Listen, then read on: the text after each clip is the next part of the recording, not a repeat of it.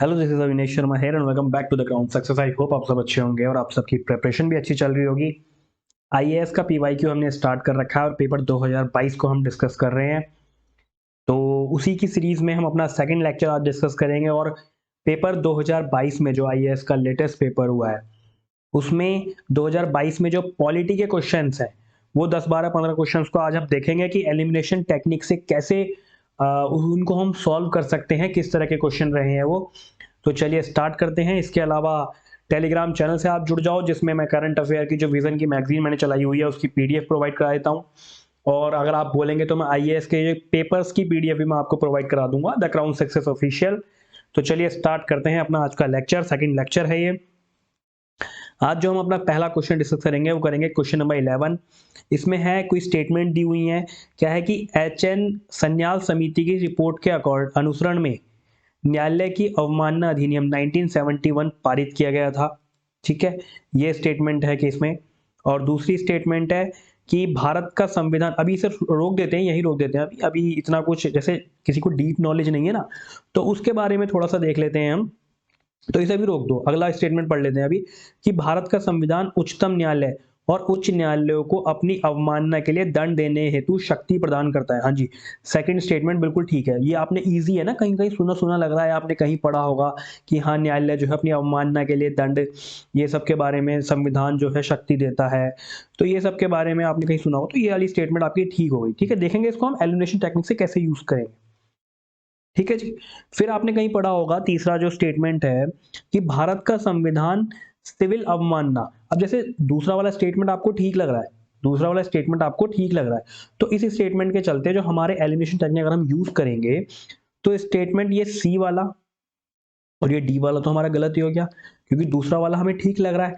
ये इसमें सी में और डी में तो है नहीं, वन में है, ए में है और बी में है, तो अब इन दोनों में से कोई आंसर होगा। 50-50 के चांस बन गए। पहले 25-25% थे, अब 50-50 हो गया। ठीक है, अब कोई दो में से एक पहचानना है आपको।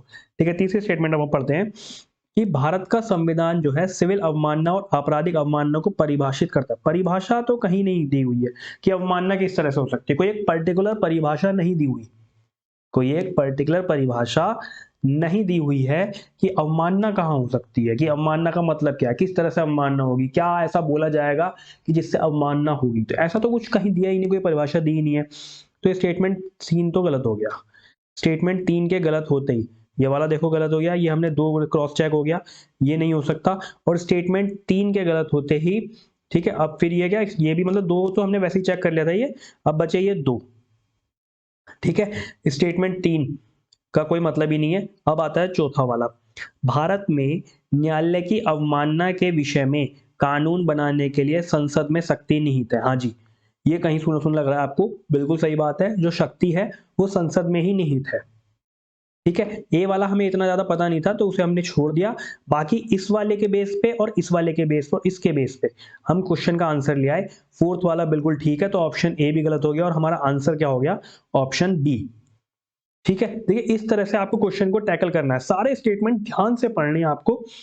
पॉलिटी वाला सेक्शन बहुत ही अच्छा आया था, लगभग लगभग सभी क्वेश्चन, मैं मानता हूँ 80% क्वेश्चन जो 2022 में आए हैं वो आप एलिमिनेशन टेक्निक से यूज कर सकते, उन क्वेश्चंस को टैकल कर सकते हैं, आंसर ला सकते हैं। सिलेक्शन जो बच्चों के हुए हैं वो इसी में हुए हैं। ठीक है, तो इस तरह से मतलब प्रीलिम्स जो पास हुआ है इस तरह से आप क्वेश्चन को टैकल करेंगे। ठीक है जी। इसके बाद आता है हमारा अगला क्वेश्चन, क्वेश्चन नंबर 12। अब हम देखेंगे कि भारत के संदर्भ में निम्नलिखित कथनों पर विचार करें। ठीक है भैया। दो हैं इसमें स्टेटमेंट दी हुई हैं, तो पढ़ते हैं इनको हम। पहला है कि सरकारी विधि अधिकारी और कानूनी फर्म यानी विधिक फर्म अधिवक्ता के रूप में मान्यता प्राप्त है। अधिवक्ता के रूप में, देखिए अगर आपको थोड़ा बहुत इसमें नॉलेज हो, थोड़ा बहुत अगर क्लिक कर रहा हो कि यूपीएससी फंसा कैसे रहा है, विधिक फर्म कैसे एडवोकेट के रूप में मान्यता प्राप्त कर लेगी, कानूनी फर्म तो नहीं कर सकती एडवोकेट के रूप में मान्यता प्राप्त। फिर आगे लिखा है किंतु कॉर्पोरेट वकील और पेटेंट न्यायवादी अधिवक्ता की मान्यता से बाहर रखे गए। ऐसा तो कुछ है नहीं ना, मतलब इस तरह से तो कुछ मतलब सही लग नहीं रहा हमें, ये कानूनी फर्म तो नहीं कर पाएगी, मतलब legal firms are not recognised as advocates, तो ये तो नहीं होना चाहिए हमारे ख्याल से, ये वाला नहीं होना चाहिए। तो ये ऑप्शन ए कट गया, ये वाला कट गया, अब बचा कौन सा, बी वाला और डी वाला। यहाँ पे भी देखो 50-50 के चांस हो गए।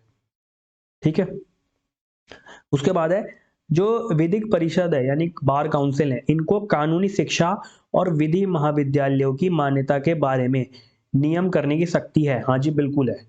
ये आपने अगर थोड़ा बहुत भी आप बार काउंसिल इन सब के बारे में सुनते होंगे, सुन के भी सब क्वेश्चन को आप सॉल्व कर सकते हो। यहाँ पे तो क्लिक कर रहा है कि हाँ, कानूनी फर्म तो एडवोकेट मान्यता प्राप्त, मतलब ऐसे नहीं हो सकता कानूनी फर्म को तो। और लेकिन जो बार काउंसिल है वो रूल्स बनाती है, नियम बनाती है। तो हमें ऑप्शन जो है बी वाला ठीक लग रहा है, तो इसका आंसर होगा ऑप्शन बी। डी वाला इसमें गलत हो गया। ठीक है, देखो कितनी बेसिक नॉलेज के आधार पर आप क्वेश्चन सॉल्व कर सकते हो, कितनी बेसिक नॉलेज के आधार पर दो क्वेश्चन हमने कितनी इजीली सॉल्व कर लिए। जो अपने मतलब अगर किसी ने सरसरी निगाहों से भी पॉलिटी को पढ़ा है ना, तो ये दो क्वेश्चन आप जो है बहुत ही इजीली सॉल्व कर सकते हो, बहुत ही इजी क्वेश्चन है। ठीक है जी। इसके बाद हम अपना 13 क्वेश्चन देखते हैं। ये इसमें बोला हुआ है कि निम्नलिखित कथनों पर विचार करें। ठीक है, इसको टैकल करते हैं हम, देखते हैं किस तरह से। बहुत ही इजी क्वेश्चन है, सॉल्व करेंगे आप। ठीक है, स्टेटमेंट पढ़ते हैं पहले। स्टेटमेंट क्या है? किसी संविधान संशोधन विधेयक को भारत के राष्ट्रपति की पूर्व सिफारिश की अपेक्षा होती है। अभी इसे यहीं रोक दो, बहुत सारे लोगों का आंसर मिल गया होगा, बहुत सारे लोगों को आंसर मिल गया होगा। मैंने बोला ना, सरसरी निगाहों से भी अगर पॉलिटी पढ़ी हो, और पॉलिटी के लिए सबसे बेस्ट बुक लक्ष्मीकांत, सबसे बेस्ट बुक। ठीक है जी। अगर और आपको लक्ष्मीकांत भी नहीं पढ़नी, लक्ष्मीकांत की बुक भी नहीं पढ़नी, तो यूट्यूब पर इतना मटेरियल अवेलेबल है, इतना मटेरियल अवेलेबल है कि आप सरसरी निगाहों से कहीं भी पढ़ सकते हैं। ठीक है, मैं भी जल्दी जल्दी धीरे धीरे सब कुछ कवर करूंगा, आप टेंशन ना लें। तो ये पहली स्टेटमेंट जो है हमारी, किसी संविधान संशोधन विधेयक को भारत के राष्ट्रपति की पूर्व सिफारिश की अपेक्षा होती है। अभी से यहीं रोक दो। ठीक है, दूसरा स्टेटमेंट है, जब कोई संविधान संशोधन विधेयक भारत के राष्ट्रपति के सामने प्रस्तुत किया जाता है, तो भारत के राष्ट्रपति के लिए बाध्यकर है कि वे अपनी अनुमति दें। ये पूरी as it is statement Laxmikanth की बुक में ऐसे ही लिखी हुई है, और ऐसे ही उठ के देखो क्वेश्चन पेपर में आ गई। यही स्टेटमेंट बिल्कुल लिखी हुई है, बिल्कुल सही बात है, ये बिल्कुल ठीक बात है। ऑप्शन जो स्टेटमेंट 2 है बिल्कुल करेक्ट है, एज इट इज लिखी हुई है लक्ष्मीकांत की बुक में, आप खोल के देख सकते हैं। ठीक है, ऐसे ही लिखा हुआ है कि भारत के राष्ट्रपति के लिए बाध्यकर है कि वे अपनी अनुमति दे। जब हमारी स्टेटमेंट 2 ठीक हो गई है, तो हमारा ये ऑप्शन सी तो ऑटोमेटिकली खत्म हो गया, इसका तो कोई मतलब ही नहीं है, क्योंकि इसमें स्टेटमेंट 2 है नहीं। आप किस पे आ गए? आप 33 पे आ गए, 33% चांस पे अब आप आ गए। ठीक है, और ऑप्शन ए आपको अगर पता चल जाता है कि क्या है, तो फिर तो आंसर आपको मिल ही गया, जरूरत ही नहीं पड़ेगी। ठीक है, अब थर्ड स्टेटमेंट और पढ़ लेते हैं हम कि संविधान संशोधन विधेयक जो है लोकसभा और राज्यसभा दोनों द्वारा विशेष बहुमत से पारित होना ही चाहिए, और इसके लिए संयुक्त बैठक का कोई उपबंध नहीं है। इतना इजी, ये स्टेटमेंट भी एज इट इज लक्ष्मीकांत की बुक से उठी हुई आई है, ऐसे ही लिखा हुआ है, सेम टू सेम। ठीक है, तो हमारे ऑप्शन स्टेटमेंट 3 भी बिल्कुल ठीक है। अब जब स्टेटमेंट 3 बिल्कुल ठीक है, तो ये हमारा ऑप्शन ए भी गलत हो गया, ऑप्शन ए भी हमारा गलत हो गया। सेकंड स्टेटमेंट ठीक है, थर्ड स्टेटमेंट ठीक है। ठीक है, अब बचती है फर्स्ट स्टेटमेंट। देखो इसमें मैं आपको बताता हूं कि संविधान संशोधन विधेयक को भारत के राष्ट्रपति की सिफारिश की अपेक्षा ऐसा कुछ कोई प्रावधान नहीं है, भारत के राष्ट्रपति की पूर्व सिफारिश का कोई प्रावधान नहीं है ऐसा कुछ। तो स्टेटमेंट 1 हमारी गलत है, और स्टेटमेंट 1 के गलत होते ही ऑप्शन डी भी ये जो है कट गया, और हमारा इसमें आंसर आ गया ऑप्शन बी। देखो कितनी बेसिक नॉलेज के आधार पर आप जो है क्वेश्चन को सॉल्व कर सकते हैं। ठीक है, इसके बाद आता है हमारा क्वेश्चन नंबर 14। बहुत ही इजी क्वेश्चन है, ये भी बहुत ही ज्यादा इजी क्वेश्चन है। 14 टैकल करते हैं। देखिए इसमें क्या है, भारत का संविधान मंत्रियों को 4 श्रेणियों, जैसे कैबिनेट मंत्री हो गया, स्वतंत्र प्रभार वाले राज्य मंत्री, उप मंत्री में वर्गीकृत करता है। ठीक है, अब फिर से मैं बोलूंगा कि पॉलिटी अगर पढ़ी है आपने लक्ष्मीकांत से या कहीं से भी पॉलिटी पढ़ी है, तो उसमें जो आर्टिकल 74 है, आर्टिकल 74 कहता है कि प्रधानमंत्री की एक मंत्रिपरिषद होगी। आर्टिकल 74 कहता है कि प्रधानमंत्री की एक मंत्रिपरिषद होगी। ठीक है, और उस मंत्रिपरिषद में बहुत सारे विभिन्न प्रकार के मंत्री होंगे, तरह तरह के मंत्री होंगे, लेकिन कहीं भी ये नहीं लिखा कि उसमें स्वतंत्र प्रभार वाले मंत्री, राज्य मंत्री, फलाने मंत्री, उपमंत्री, ये सब पार्ट्स, उनके सब टाइटल्स, मतलब सब पार्ट्स वर्गीकृत, ऐसा कुछ वर्गीकरण नहीं दिया हुआ। ठीक है, इस तरह का वर्गीकरण कुछ नहीं है, कोई ऐसा उल्लेख नहीं है, तो इसका मतलब ये वाली जो स्टेटमेंट है हमारी ये बिल्कुल गलत हो गई। और इसके गलत होते ही ये कौन सा सही है इसमें ये बताना हमें, तो ऑप्शन ए गलत हो गया, ऑप्शन सी गलत हो गया। ठीक है, दूसरा जो स्टेटमेंट है, संघ सरकार में मंत्रियों की कुल संख्या प्रधानमंत्री को मिलाकर लोकसभा के कुल सदस्यों के 15% से अधिक नहीं होनी चाहिए। बिल्कुल, मैं मानता हूँ 2022 में जो पॉलिटी वाला सेक्शन आया है ना, आपकी लक्ष्मीकांत की बुक से एज़ इट इज़ स्टेटमेंट जो वहाँ लिखी हुई है, वहाँ से ऐसे ही यूपीएससी ने उठा के रख दी हैं। फिर कहते हैं बहुत से बच्चे मतलब ध्यान से पढ़ते नहीं ना, स्टूडेंट्स पढ़ते नहीं ध्यान से, फिर उसमें बोलते हैं कि भैया बहुत टफ आता है यूपीएससी, अनप्रेडिक्टेबल है। अब इससे ज़्यादा ईज़ी क्या होगा, और ये बताओ आप मुझे कि एज़ इट इज़ स्टेटमेंट जो है बुक से उठ के आ रही है यहाँ पे, पॉलिटी बताओ इतनी ईज़ी, ऐसे कहाँ, मतलब कौन सा जो वन लाइनर क्वेश्चन होते हैं उसमें भी याद करना पड़ता है, रट्टा मारना पड़ता है कि हाँ गंगा की लंबाई इतनी है, 2900 है, ब्रह्मपुत्र इतनी है, तो ऐसे रट्टा मारना पड़ता है गंगा नदी की लंबाई। तो इसमें तो एज इट इज स्टेटमेंट उठ के आ रही है, आपने 2 बार 3 बार अगर बुक सरसरी नजरों से भी पढ़ी होगी तो भी आप ये क्वेश्चन सॉल्व कर सकते हैं इजीली, बहुत ईजी है। ठीक है, और बाकी आप टेंशन मत लो, पूरा पेपर मैं पिछले सालों के सारे पेपर बिल्कुल डिटेल एनालिसिस के साथ एक एक टॉपिक आपको एक एक पॉइंट अच्छे से क्लियर करके चलूंगा बेहतरीन तरीके से। इस बार हम अपनी तैयारी को जारी रखेंगे, सिलेक्शन लेंगे 2023 में। ठीक है, तो इसमें क्या है कि ये वाली जो स्टेटमेंट है बिल्कुल ठीक है, तो ऑप्शन बी हमारा आंसर हो गया, ये गलत हो गया। ठीक है, एज इट इज उठा हुआ है ये बिल्कुल। उसके बाद क्वेश्चन नंबर 15 है, कौन सी जो है लोकसभा की अनन्य शक्तियां हैं। अब लोकसभा की अनन्य शक्तियों के बारे में इसमें बोला गया है, कौन सी है। देखिए, आपात की उद्घोषणा का अनुसमर्थन करना, बिल्कुल सीधा क्वेश्चन, बहुत ही इजी क्वेश्चन कि आपातकाल के बारे में आर्टिकल 352 में बोला है, तो लोकसभा से तो कोई मतलब है ही नहीं उसका। लोकसभा की शक्ति का मतलब ही क्या है, वो तो संविधान में आर्टिकल 352 के बारे में लिखा हुआ है उसमें। ठीक है जी, तो ये पहला स्टेटमेंट तो गलत हो गया, पहले के गलत होते ये भी ऑप्शन हमारा कट गया, ये भी ऑप्शन हमारा कट गया।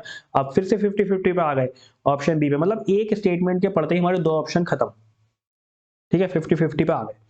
दूसरा है मंत्री परिषद के विरुद्ध अविश्वास प्रस्ताव पारित करना, बिल्कुल सही है, बिल्कुल सही है, ये स्टेटमेंट बिल्कुल ठीक है।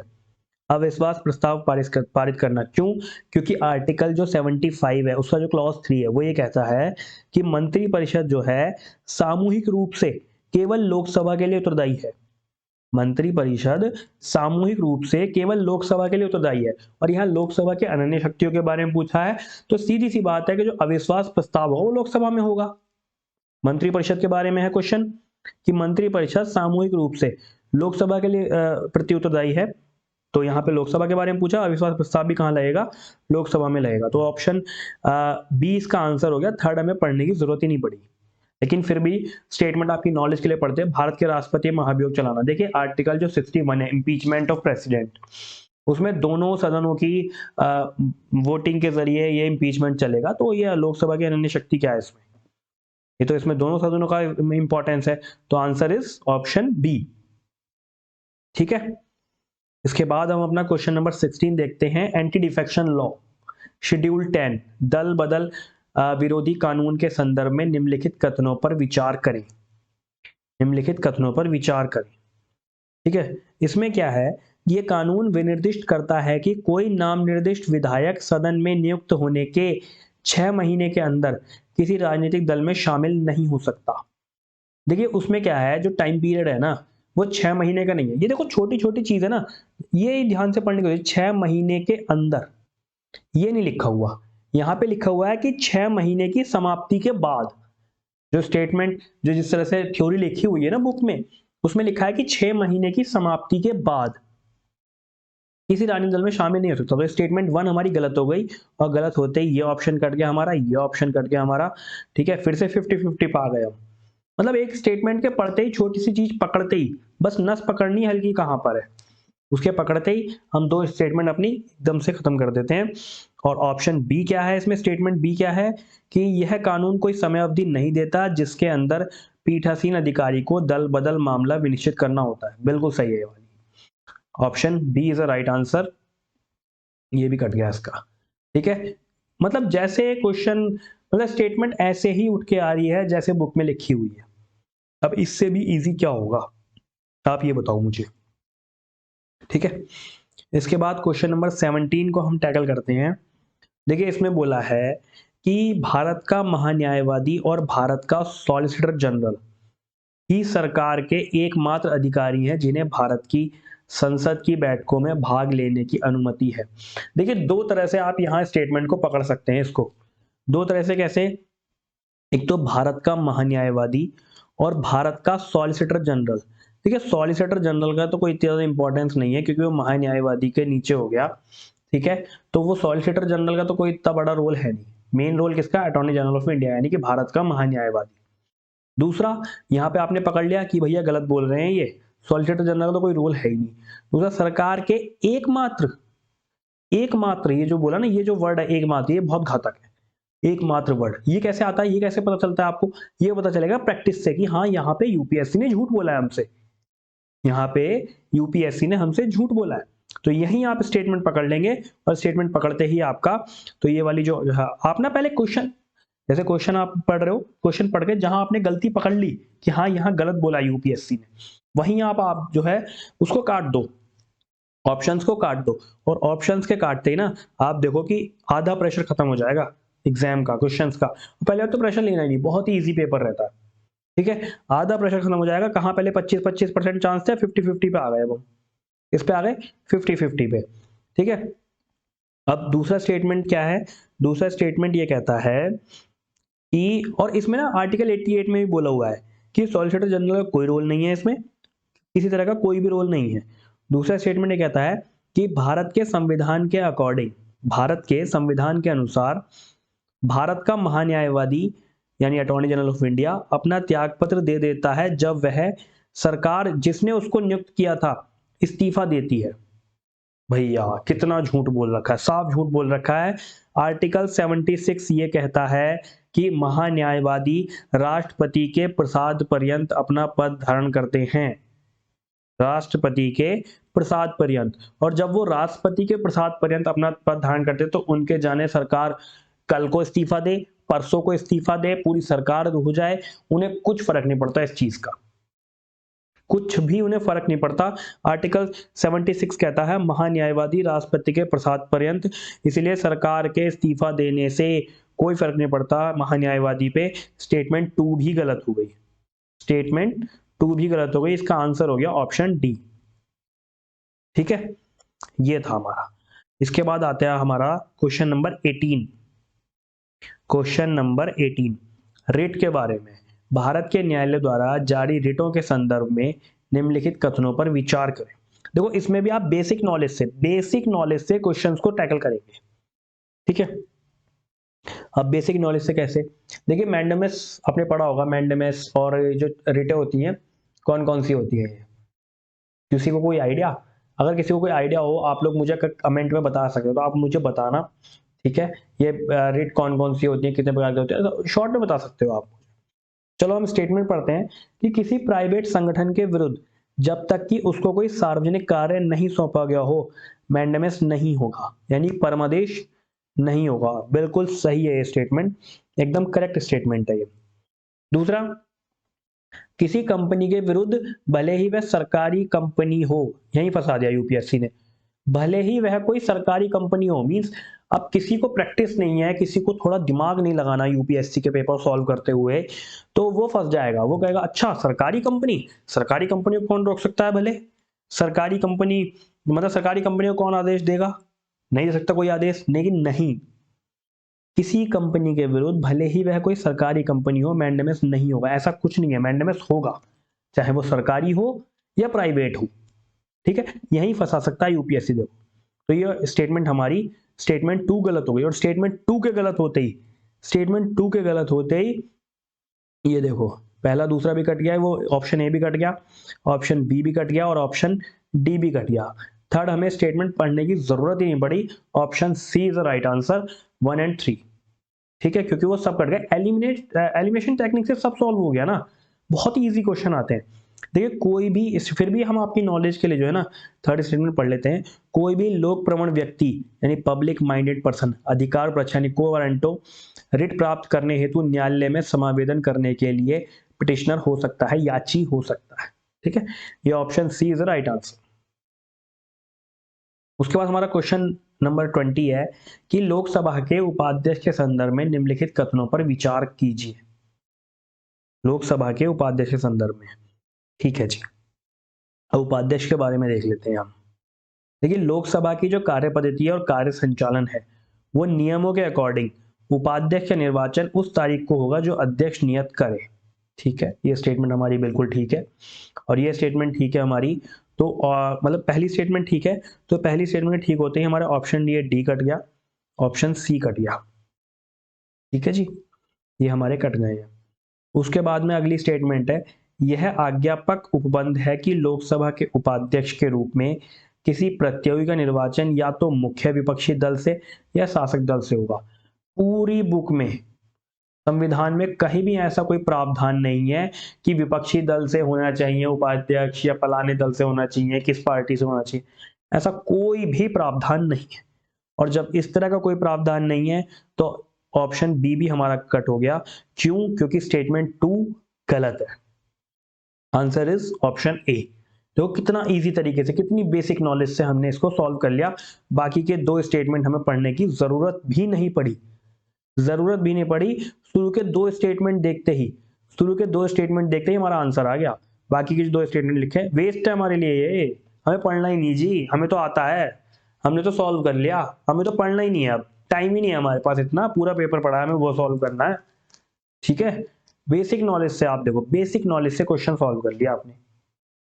ठीक है, मत पढ़ो इसके बाद क्या है, कुछ नहीं, हमें नहीं पता क्या राम कहानी लिखी हुई है इसके बाद। हमारा ऑप्शन ए बिल्कुल ठीक है, कोई नहीं काट सकता इसे। ठीक है जी, लेकिन फिर भी अगर पढ़ना चाह रहे हो अपनी नॉलेज के लिए तो पढ़ लो सरसरी नजर से कि सदन की बैठक की अध्यक्षता करते समय उपाध्यक्ष की शक्ति वैसी होती है जैसे कि अध्यक्ष होती है। हाँ जी, बिल्कुल ठीक है। ये उपाध्यक्ष की नियुक्ति के बारे में सुस्थापित संसदीय पद्धति यह है कि प्रस्ताव जो है अध्यक्ष द्वारा रखा जाता है, प्रधानमंत्री द्वारा विधिवत समर्थित होता है। लेकिन हमें इसकी पढ़ने की जरूरत नहीं पड़ी क्या? हमें तो जरूरत नहीं पड़ी, शुरू के दो स्टेटमेंट पढ़ते ही खत्म, खत्म, आगे बढ़ो। ठीक है, ये चीजें हैं। तो इसके बाद हमारा जो क्वेश्चन अगला है वो 71 है। ये इसमें क्या बोला है कि भारत में, ये थोड़े से देखिए अलग तरह के क्वेश्चन है, इसमें आपको डायरेक्ट आंसर आना चाहिए लेकिन फिर भी थोड़ा दिमाग लगा सकते हैं आप इसमें, कि भारत में कौन एक उन फैक्ट्रियों में जिनमें कामगार नियुक्त हैं औद्योगिक विवादों, समापनों, छटनी और कामबंदी के विषय में सूचनाओं को संकलित करता। सूचना संकलन का काम, कंफ्यूज कैसे हो सकते हैं, सांख्यिकी कार्यालय, अच्छा सांख्यिकी। लेकिन फैक्ट्रियों में कामगार नियुक्त हैं जिनमें औद्योगिक विवाद, छटनी, कामबंदी, तो ये जो है रिलेट करता है लेबर, ये श्रम ब्यूरो से। बाकी ये दो तो ज्यादा रिलेट नहीं कर रहे, लेकिन ए और सी थोड़ा थोड़ा रिलेट कर रहा है, लेकिन इसमें option C is right answer, श्रम ब्यूरो। ठीक है, इसके बाद आता है कोयला नियंत्रक संगठन की क्या भूमिका है भारत में। कोयला नियंत्रक संगठन की क्या भूमिका है? थोड़े देखो टफ क्वेश्चन होते हैं, इन्हें कैसे टैकल करने हैं वो देखते हैं हम।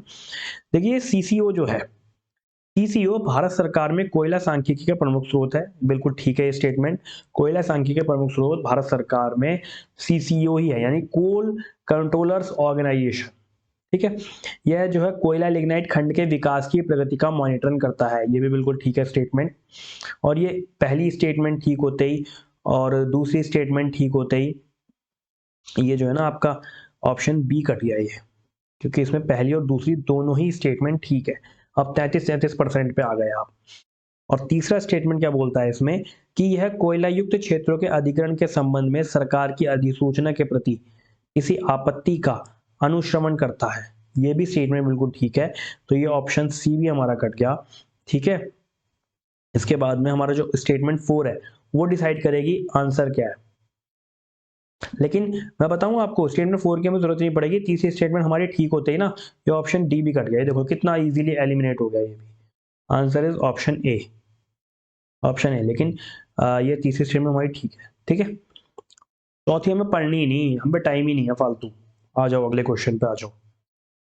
यदि किसी विशेष क्षेत्र को भारत के संविधान की 5वीं अनुसूची के अधीन लाया जाए, पांचवी देखते ही ऑप्शन जनजातीय वाला हो सकता है। ठीक है जी, गैर जनजातीय और जनजातीय, 5वीं और 6वीं अनुसूची देखते ही, फालतू चक्कर में पड़ना, जनजाति गैर जनजाति से रिलेटेड होगा क्वेश्चन। ठीक है, इसमें किसी विशेष क्षेत्र को भारत के संविधान की 5वीं अनुसूची के अधीन लाया जाए, निम्नलिखित कथनों में से कौन सा सर्वोत्तम रूप होगा? जनजातीय लोगों की जमीनें गैर जनजातीय लोगों के अंतित करने पर रोक लगेगी। बिल्कुल सही है, बिल्कुल सही है। स्थानीय स्वशासन कुछ नहीं। राज्य क्षेत्र में बदल जाएगा। राज्य क्षेत्र ऐसा तो कुछ है ही नहीं 5वीं और 6वीं अनुसूची में। और किसी राज्य के पास ऐसे क्षेत्र होंगे जिसे विशेष कोटि का राज्य घोषित किया जाएगा, ऐसा कुछ नहीं। और अनुसूचियां याद कैसे करें? कितनी 12 अनुसूचियां याद कैसे होंगी? शॉर्ट ट्रिक है, टीयर्स ऑफ ओल्ड पीएम। समझा दूंगा किसी दिन अच्छे से। मैंने आपको बोला था 1 जनवरी वाले अपने लेक्चर में, मेरे पास बहुत सारी शॉर्ट ट्रिक्स हैं, सब कुछ इजीली यूं चुटकी बजाते ही याद करा दूंगा। ठीक है, टेंशन मत लो। तो आई होप आपको ये सारे क्वेश्चन अच्छे से, हमने लगभग सभी क्वेश्चन 90% 99% क्वेश्चन हमने एलिमिनेशन टेक्निक से और बहुत ही इजीली बिल्कुल बेसिक नॉलेज पे, मतलब किसी ने ऊपर ऊपर से भी अगर पढ़ा है तो उस नॉलेज पे हमने ये सॉल्व करे हैं। आई होप आपको ये पूरा लेक्चर अच्छे समझ में आया होगा। तो चलिए आज के लिए बस इतना ही। वीडियो अच्छी लगी हो तो फीडबैक जरूर दीजिए और साथ ही चैनल को भी सब्सक्राइब कीजिए, जिससे कि मुझे भी मोटिवेशन मिलेगा और आपकी प्रिपरेशन को बेटर करने के लिए मैं और भी इस तरह की वीडियोस लाता रहूँगा। सो बने रहिए, मिलते हैं अपने अगले लेक्चर में। Thank you.